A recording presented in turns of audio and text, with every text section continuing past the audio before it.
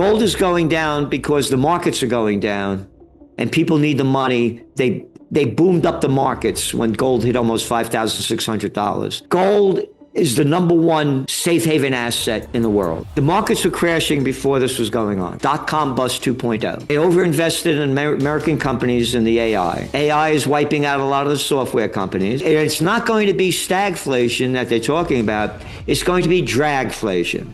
The middle class is gone. It's no longer the land of opportunity. The U.S. cannot afford daycare, Medicare, Medicaid because they need to spend so much money on wars, right? I know. And again, a draft dodger. Now 6 companies control 92% of the media. I said, Judge, I'll bet anything he's going to attack this weekend. And he did. When all else fails, they take you to war. Go back to the Great Depression. This is the Great Depression going on. You got maniacs running the show, all right? This war that Trump has launched is totally illegal against the Constitution. I'm very positive, even though gold prices are going down. I'm very, very, very positive on it. They're saying gold prices are going down because inflation is going up. What do you, not inflation, interest rates. Interest rates, yeah. What are interest rates in the United States? Well, about 3.5, 3.75. Yeah. I started buying gold. Again, it's in my book, Trend Tracking.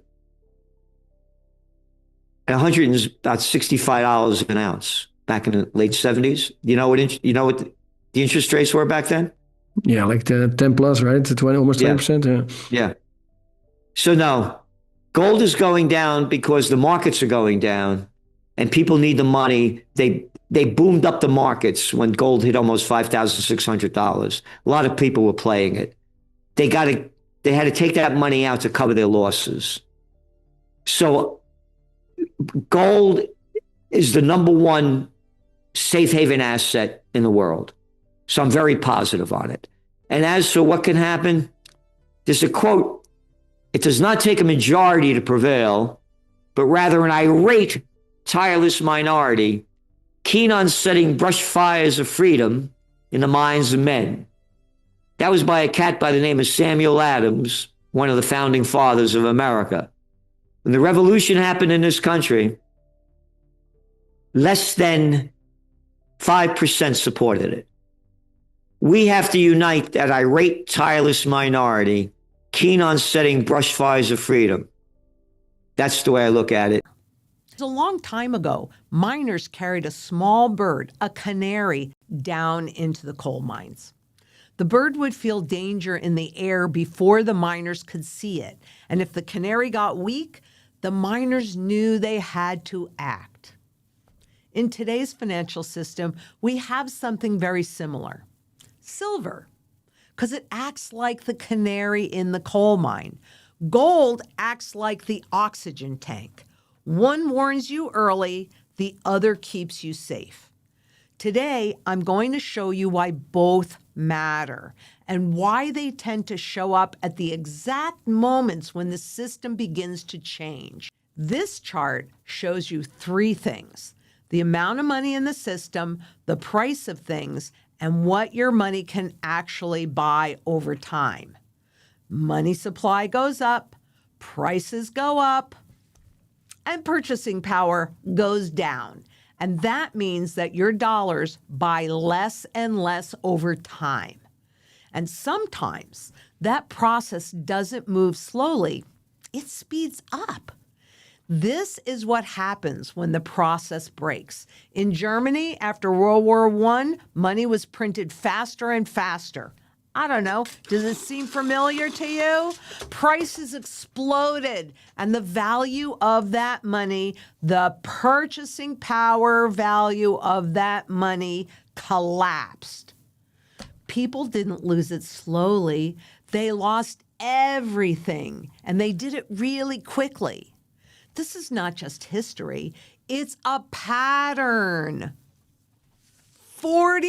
Over 4,800 currencies have followed the same exact pattern. So the question becomes, how do you see it coming? Well, sometimes the system breaks with inflation. First, it usually breaks with deflation, right? There's only one way to fight deflation. That would be markets going down, and that's with inflation. But in both cases, stress shows up in the system. The economy moves through cycles: growth, slowdown, inflation, deflation. And different assets behave very differently in each phase. So now let's introduce the two signals that we really actually care about. Because gold has been in a positive long-term upward trend for really since 1913. And it moves over time, but generally in a very steady direction. Silver also is trending upward, we can see that, but it moves much more sharply, much more volatilely. This difference is not random. It tells us something important. Because gold tends to move more consistently, it holds value over long periods. It is the primary currency metal. It doesn't react first, but it endures. Silver behaves differently. It moves more tied to the cycles, it's more volatile, and it moves faster. It spikes, it drops, it reacts. This is the key idea. So I want you to think of the financial system like a coal mine. Silver is the canary. It reacts first. It moves early. It tells you something in the system is changing. It is a pattern shift. But gold, it's different. Gold is the anchor. It doesn't rush and it doesn't panic. It holds value as everything else adjusts. It's not gold going up. It's the value of the fiat money, the government money going down. So when conditions begin to shift, silver gives you the first signal. Gold gives you the stability. And when we can see this most clearly, it's in a real crisis. Weimar gold versus silver, because all the time you guys are asking me about the silver-gold ratio. But in the Weimar hyperinflation, silver moved first.